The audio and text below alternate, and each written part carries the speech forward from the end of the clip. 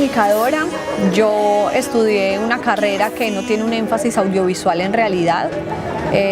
Al uno estudiar comunicación, periodismo, apenas se encuentra el audiovisual como una materia más. Pero me inspiré, hubo muchos profesores que me inspiraron, muchos personajes que pasaron por la universidad que me mostraron el audiovisual y descubrí que era algo que me gustaba mucho y que además llevaba dentro y que desde pequeña lo había ido como explorando de diferentes formas. Entonces, al salir a la práctica ya me enfoqué totalmente en el audiovisual y allí empecé pues a trabajar en eso directamente, en televisión pública, comercial y haciendo documentales.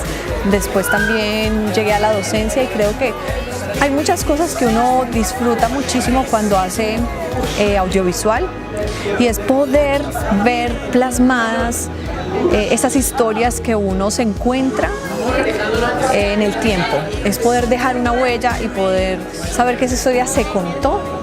Tal vez ese personaje en algún momento deja de existir, pero esa historia va a quedar allí. Esto es una cosa como súper bonita del audiovisual y de poder contar historias en este formato. Otra cosa que disfruto muchísimo del audiovisual es el trabajo de campo, porque esta profesión le permite a uno encontrarse directamente con los personajes, con las historias, con los lugares. Y es uno de esos trabajos que no es de oficina, sino que tú estás todo el tiempo encontrándote con todo este mundo tan real. Así que yo creo que de verdad somos muy afortunados los que nos dedicamos a esto. No sé si en Pereira haya como tal una cultura audiovisual, porque decir cultura es como una palabra muy grande y un poco difícil de definir en este momento. Hay muchas expresiones relacionadas con lo audiovisual. Hay muchos cineclubes de muchísimos años que se han dedicado a la exhibición de películas de cine independiente, de cine alternativo, alejándose un poco del cine comercial, que es el que siempre nos encontramos en Cine Colombia o en Cinemark. Y creo que eso marca a la ciudad mucho porque hay un público que los está siguiendo, a los cineclubes.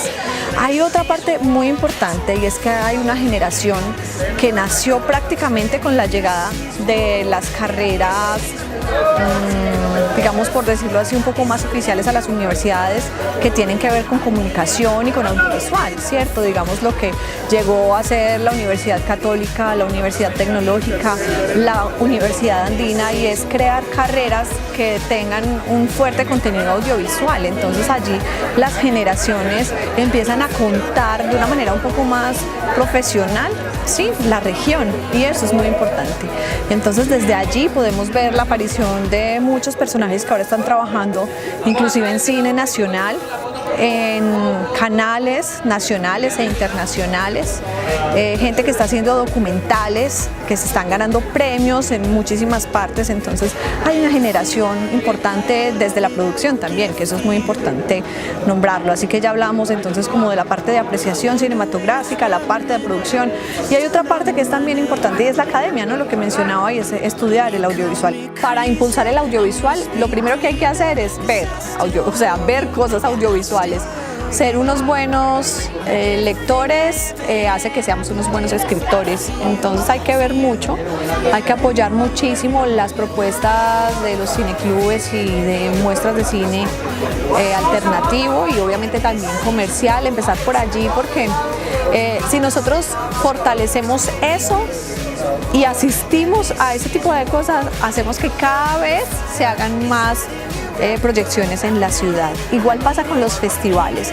Por ejemplo, el Festival de Cine del Sur, el Festival Internacional de Cine de Dos Quebradas, son dos expresiones importantísimas de acá del área metropolitana, y creo que hay que también tener en cuenta este tipo de eventos, asistir, participar, inscribirse, mandar trabajos, porque es la única manera que tienen estos eventos para sostenerse, ¿sí? La participación, porque de esa manera entonces pueden conseguir más recursos, patrocinadores, pero pues si es un evento que sigue chiquito no va a pasar nada.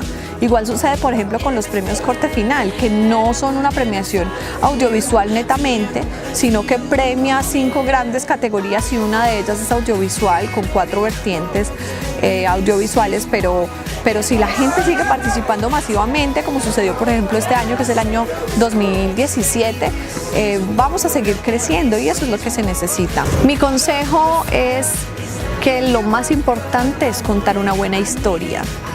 En este momento todos tenemos acceso a la tecnología, todos, inclusive con nuestros celulares podemos hacer una película si queremos, un documental, una nota periodística, un experimental. Entonces lo que necesitamos es encontrar una buena historia, pero saberla contar. Entonces la invitación es a pensar muchísimo en el contenido, ¿sí? Y después de tener un gran contenido, ya después pensar en la técnica. No debemos quedarnos solamente pensando en que se ve muy bonito, pero no me está diciendo mucho. O también hay que pensar que hay muchas cosas que a veces no le ponemos muchísimo cuidado, ¿sí? Y es al sonido. Entonces, ya pasando a lo técnico, el sonido es importantísimo. Entonces, una buena historia pasada técnicamente, ¿sí? A un formato muy limpio, donde no pensemos solamente en la imagen, sino el audiovisual es 50% sonido. Si suena bien y si tú logras sentir cosas con el sonido, tienes una gran ganancia.